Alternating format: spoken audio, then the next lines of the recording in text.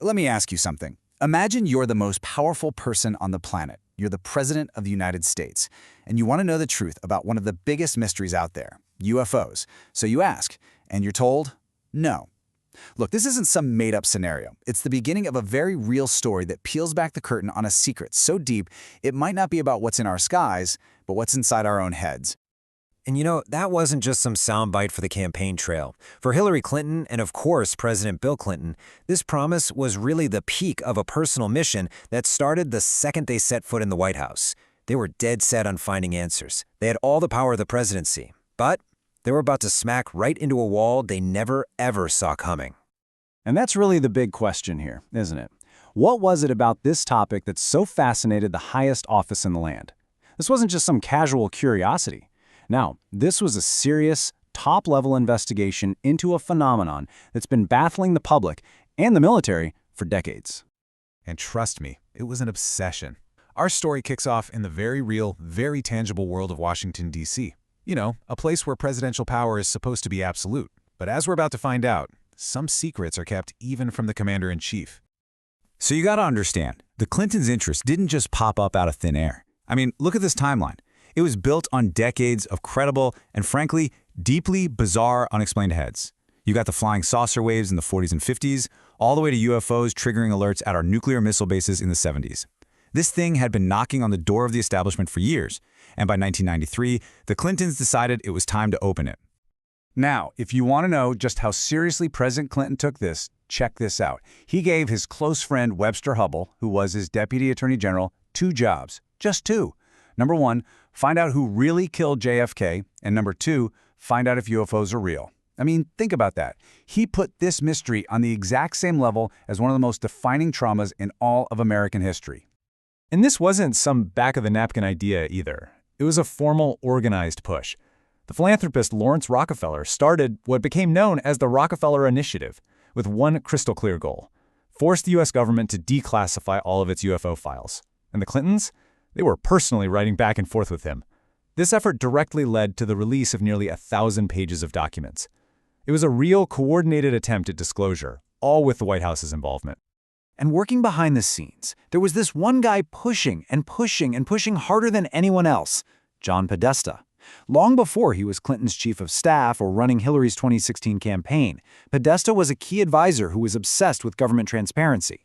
And for him, the UFO secret was like the ultimate test of that principle. And to this day, he has never stopped pushing for the truth. Okay, so you've got a determined president, you've got a powerful chief of staff, and a well-funded private initiative. They should have been able to get any information they wanted, right?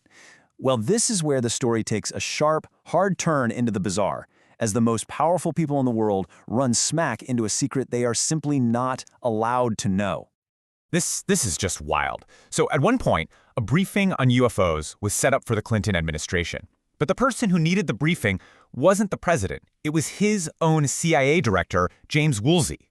According to Dr. Stephen Greer, who helped set it all up, Woolsey, the guy in charge of the CIA, the NSA, and the NRO, our spy satellites, had asked his own agencies about UFOs and was told nothing. He was totally and completely locked out of his own house. And it didn't just happen once. Apollo 14 astronaut Dr. Edgar Mitchell tells this story about briefing the head of intelligence for the Joint Chiefs of Staff. This admiral gets fascinated, and he goes looking for the project. He actually finds where it's being funded, buried deep in the military's off-the-books black budget. But when he tries to get access, this top military intelligence officer is told point blank, "Sir, you do not have a need to know." I mean, just let that sink in. Who gets to decide who has a need to know if it's not the head of the CIA or the Joint Chiefs? The official way they do this is with something called a Special Access Program, or SAP. Basically, think of it like a black box inside the government. The information is so tightly compartmentalized that you can't get in with the right key. And it does not matter what your job title is. The President of the United States could be standing right next to the box, but if someone has decided he doesn't have a need to know, he cannot look inside, period. Now this leads us to a much more controversial theory, but it's one that at least tries to explain this crazy situation. Majestic 12, or MJ-12. The theory goes that a super-secret group of scientists and military leaders was put together way back in 1947 to handle the UFO problem. But over the decades, this group supposedly became so powerful, so autonomous, that it started operating completely outside the normal chain of command, deciding on its own to keep presidents and top generals in the dark. Which brings us to the absolute core of this mystery. Forget about little green men for a second, and just think about this.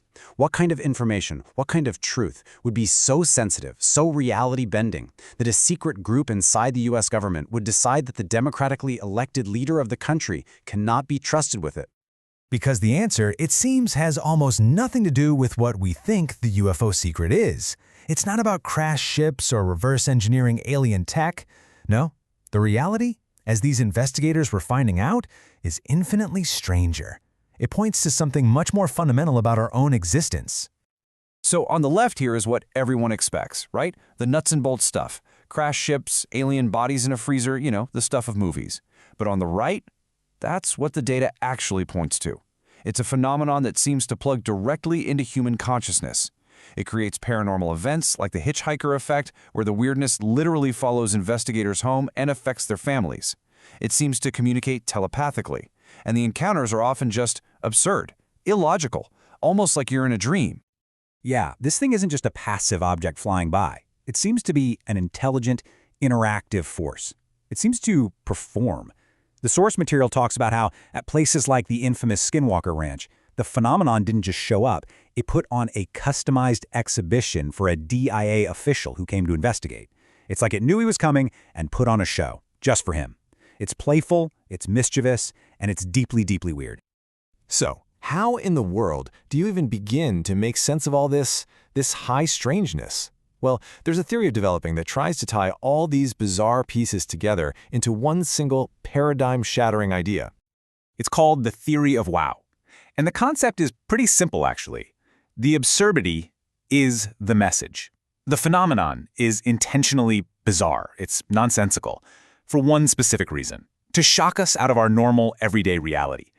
To make us look up and just say, wow. And in that moment of awe, to finally get us to realize that we are not alone, and that reality is much, much stranger than we ever thought.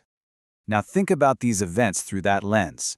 Cattle found mutilated with surgical precision, but with no cuts or entry wounds. Molten metal just dripping from a silent, hovering craft in the middle of a forest. Objects just materializing out of thin air. Phone batteries going from 80% to 0 in a split second. These are just technological glitches. They're performances. Each one is a perfectly crafted wow moment, designed to completely break our understanding of physics. And this is where we get to the real secret. Robert Bigelow, the billionaire aerospace guy whose company was actually hired by the DIA to study UFOs, he came to this exact conclusion. After spending millions of his own money investigating the strangest cases, he said the secret isn't in the hardware. The secret is consciousness. The phenomenon doesn't just affect our minds, it seems to operate through them. And this is the moment the whole conversation just flips on its head. The UFO question stops being about aerospace engineering and starts being about the fundamental nature of reality itself. I mean, this is the hard problem of consciousness that philosophers have been wrestling with forever. Is our mind just a byproduct of our brain, or is consciousness something fundamental to the universe that we all just tap into? Maybe that's the secret so big you'd keep it from a president. So, after all that, this wild ride, where does that leave us? Well, the question we started with has completely changed. We're no longer asking what the government is hiding, we're asking what the phenomenon is trying to show us. Think about the path we just walked. It mirrors the journey of the investigators themselves. It started as a political search for a government file, a piece of paper, that led them to a phenomenon that completely breaks the laws of physics. And that ultimately led to the biggest question of all, a question about who or what we really are. And that's really the idea I want to leave you with. What if this phenomenon isn't some external other, but instead it's a kind of mirror, a mirror that reflects our own potential, our own hidden nature? What exactly is it showing us about ourselves? The ultimate question might not be, are we alone in the universe? It might just be, what are we?